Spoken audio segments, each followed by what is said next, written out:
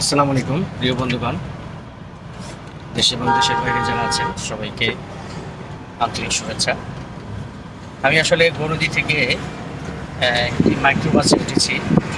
আসলে মাইক্রোবাসটা আমরা যখন মাদারীপুরের ভিতরে যখন ঢুকি তখন মাদারীপুর দুর্গাটার পরে তখন আমাদের গাড়িটি পুলিশ থামানোর পরে আমি আসলে গাড়ির ভিতরে ছিলাম, গাড়ির ভিতরে বসা ছিলাম, ফোনে কথা বলছিলাম।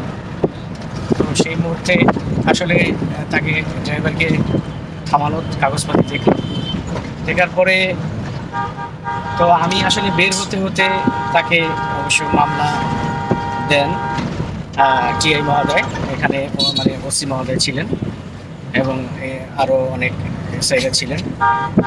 তো আলহামদুলিল্লাহ তারা, আমি যখন গাড়ি থেকে নামি তারা অনেক সম্মান করেছে এবং আমাকে ওসি মহোদয় সালাম করে বলেছে, আসলে দুঃখিত, আমি তো বুঝতে পারিনি, তো আপনি আমাদের এসপি শাহিন স্যারকে আপনি ফোন দেন।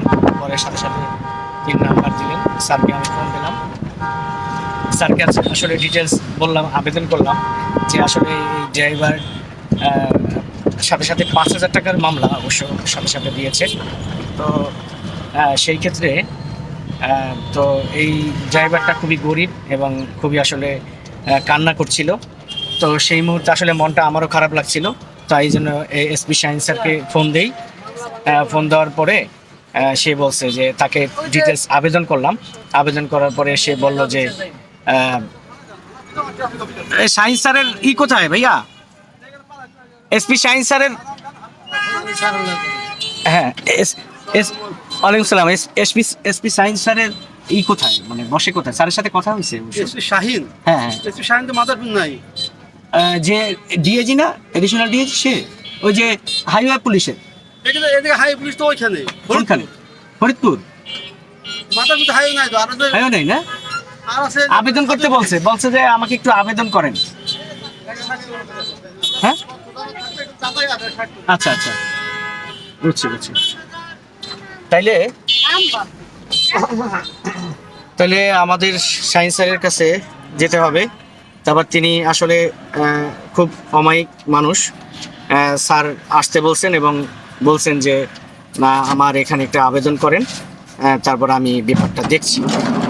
তো চেষ্টা করছি, দোয়া রাখবেন, ভালো থাকবেন, সুস্থ থাকবেন। এই আমাদের ড্রাইভার আসলে খুবই নাজুক একদম মানুষ, আসলে খুবই কান্নায় ভেঙে পড়ছে হঠাৎ করে, আসলে 5,000 টাকার মামলা। তো যাই হোক, সবাই দোয়া রাখবেন বন্ধুগণ। আসসালামু আলাইকুম ওয়া রাহমাতুল্লাহি ওয়া বারাকাতুহু।